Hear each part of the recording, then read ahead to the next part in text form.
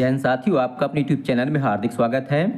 साथियों, आज दिनांक 6 जून 2025 को मध्य प्रदेश शासन स्कूल शिक्षा विभाग मंत्रालय बल्लभ भवन भोपाल द्वारा ट्रांसफर संबंधी कुछ नए अपडेट जारी किए गए हैं। इस अपडेट में जो है ट्रांसफर अवधि को बढ़ाया गया है। साथ ही जिले के भीतर जो ट्रांसफर प्रक्रिया है उसमें कुछ बदलाव किया गया है। जान लेते हैं पूरी जानकारी को विस्तार से। साथ इसका विषय है स्कूल शिक्षा विभाग अंतर्गत अधिकारियों कर्मचारियों के स्थानांतरण विषयक। इसमें जो है कुछ संदर्भित पत्र दिए गए हैं जो पहले जारी किए जा चुके हैं। आगे लिखा हुआ है कि विषयांतर्गत संदर्भित पत्रों के अनुक्रम में स्कूल शिक्षा विभाग की राज्य एवं जिला स्तर पर अधिकारियों कर्मचारियों की ट्रांसफर नीति 2022 की जो कंडका 3.3.7 के प्रावधानों में वर्ष 2025 के लिए शिथिलता प्रदान करते हुए निम्नानुसार निर्देश जारी किए जाते हैं। अभी निर्देश क्या है? पहला निर्देश ये है कि दिनांक 7 जून 2025 से दिनांक 16 जून 2025 की अवधि हेतु जिला अंतर्गत प्रशासकीय स्थानांतरण के अधिकार जो हैं जिला स्तर पर प्रभारी मंत्री जी को प्रत्यायोजित किए जाते हैं।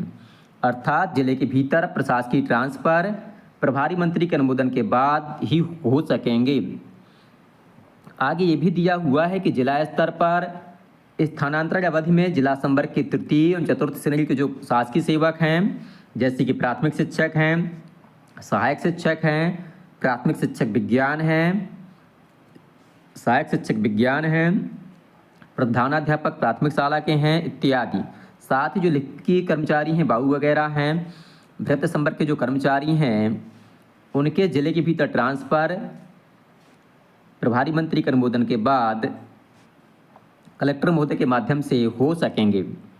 आगे ये लिखा हुआ है कि विभागीय ट्रांसफर पॉलिसी 2022 के प्रावधानों का पालन करते हुए ऑनलाइन ट्रांसफर आदेश एजुकेशन पोर्टल 3.0 के माध्यम से ही जारी किए जा सकेंगे। अर्थात अनुमोदन जो है ऑफलाइन होगा परंतु जो ट्रांसफर आदेश है वह केवल ऑनलाइन होंगे। आगे लिखा है कि स्थानांतरण आदेश पोर्टल पर कलेक्टर के लॉगिन से अनुमोदन उपरांत जिला शिक्षा अधिकारी के डिजिटल हस्ताक्षर से जारी किए जाएंगे। अर्थात शिक्षा विभाग के जो जिले के भीतर प्रशासकीय ट्रांसफर आदेश हैं वह डीओ के माध्यम से ही या उनके हस्ताक्षर से ही जारी होंगे। आगे ये भी लिखा हुआ है कि 10 से कम नामांकन वाले किसी भी शाला में किसी भी शिक्षक का ट्रांसफ़र नहीं किया जाए। साथ ही आगे दिया गया है कि जो म्यूचुअल ट्रांसफ़र हैं उनमें समान पद होना चाहिए, समान विषय होना चाहिए। साथ ही ऐसे शिक्षक साथी जो 1 साल के भीतर रिटायर होने वाले हैं उनके म्यूचुअल ट्रांसफ़र नहीं किए जा सकेंगे। आगे ये भी दिया गया है कि कंडका 1.2 में अंकित संवर्ग को छोड़कर जो शेष संवर्ग के प्रशासकीय स्थानांतरण आदेश हैं यथावत राज्य स्तर से जारी किए जा सकेंगे। कहने का तात्पर्य ये हुआ कि कंडका जो 1.2 दी गई है इसमें लिखा हुआ है प्राथमिक शिक्षक, सहायक शिक्षक, प्राथमिक शिक्षक विज्ञान, सहायक शिक्षक विज्ञान, प्रधानाध्यापक प्राथमिक शाला, लिपिकी संवर्ग और वृत्त संवर्ग के जो कर्मचारी हैं इनके प्रशासकीय ट्रांसफर आदेश प्रभारी मंत्री के अनुमोदन के बाद डीओ के हस्ताक्षर से जारी होंगे। और जो अन्य कर्मचारी शिक्षक साथी हैं जैसे माध्यमिक शिक्षक हैं, उच्च माध्यमिक शिक्षक हैं, प्राचार्य महोदय हैं, उनके प्रशासकीय ट्रांसफर आदेश राज्य स्तर से ही जारी किए जा सकेंगे। आगे दिया गया है कि विभागीय स्थानांतरण पॉलिसी 2022 के शेष प्रावधानों का पालन करते हुए एजुकेशन पोर्टल 3.0 के माध्यम से ऑनलाइन स्थानांतरण आदेश जारी करने हेतु समय सारणी कुछ इस प्रकार से निर्धारित की जाती है।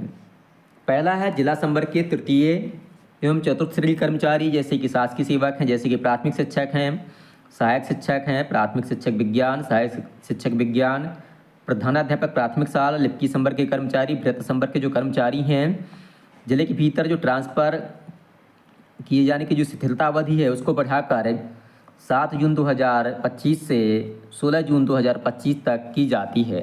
अर्थात अब ट्रांसफ़र 16 जून 2025 तक किए जा सकेंगे। आगे लिखा है कि उपरोक्त क्रमांक 1 के अनुसार स्थानांतरण हेतु प्रशासकीय प्रस्ताव पोर्टल पर दर्ज करना। अर्थात किनके प्रशासकीय ट्रांसफ़र किए जाने हैं उनके प्रस्ताव जो हैं पोर्टल पर दिनांक 7 जून से दिनांक 14 जून 2025 तक दर्ज किए जा सकेंगे। इसके बाद जो ट्रांसफ़र आदेश हैं ऑनलाइन जारी होंगे। ये समय सीमा दी गई है 16 जून 2025 तक। आगे दिया गया है कि जो जिला स्तर के स्थानांतरण के दौरान जो ट्रांसफ़र पॉलिसी 2022 के जो प्रावधान हैं उनका पालन किया जाए। और कुछ निर्देश इस प्रकार से मतलब फिर से दिए जाते हैं। उसमें लिखा हुआ है कि प्रशासकीय स्थानांतरण के द्वारा संख्यावार तथा विषयवार रिक्तियों को ध्यान में रखकर ही पदस्थापना की जाए। अगर पोर्टल में पद रिक्त है तभी ट्रांसफ़र किया जाए, अन्यथा ट्रांसफ़र न किया जाए। आगे ये भी दिया गया है कि ट्रांसफ़र से या प्रशासकीय ट्रांसफ़र से कोई भी शाला शिक्षक विहीन नहीं होनी चाहिए। अगर ऐसी कंडीशंस आती है तो प्रशासनिक ट्रांसफ़र के आधार पर किसी शिक्षक का ट्रांसफ़र करने से पूर्व उस शाला में किसी अन्य शिक्षक की पदस्थापना सुनिश्चित की जाए। आगे दिया गया है कि जिसके रिटायर होने की अवधि 1 वर्ष से कम बची है, 1 वर्ष बची है, ऐसे शिक्षकों के प्रशासकीय ट्रांसफ़र या कर्मचारियों के प्रशासकीय ट्रांसफ़र नहीं किए जाएं। आगे लिखा हुआ है कि जो नए शिक्षक साथी हैं या नवनियुक्त शिक्षक साथी हैं उनके ट्रांसफ़र केवल विशिष्ट शालाओं जैसे कि संदीपनी विद्यालय या कैसी एमराज विद्यालय हैं, उत्कृष्ट विद्यालय या मॉडल स्कूल में ही किए जाएं। अन्य जो सामान्य शालाएँ हैं उनके ट्रांसफ़र वहाँ ना किए जाएं।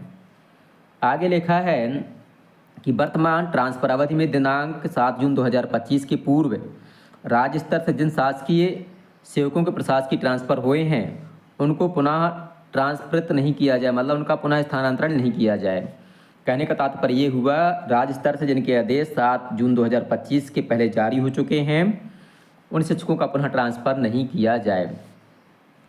आगे ये भी लिखा हुआ है कि कंडका 1.2 में उल्लिखित जिला संवर्गों को छोड़कर जो शेष संवर्ग के कर्मचारी हैं उनके प्रशासकीय ट्रांसफ़र जिला स्तर के उपरोक्तानुसार प्रशासकीय स्थानांतरण आदेश ऑनलाइन पोर्टल के माध्यम से 16 जून 2025 तक जारी किए जा सकेंगे। कहने का तात्पर्य ये हुआ जो ये प्राथमिक शिक्षक संघ साथी हैं या लिप्की संवर्ग हैं इनको छोड़कर और जो अन्य जो माध्यमिक शिक्षक हैं या उच्च माध्यमिक शिक्षक हैं और उनके जो प्रशासकीय ट्रांसफ़र आदेश हैं वे 16 जून 2025 तक पोर्टल के माध्यम से जारी किए जाएंगे।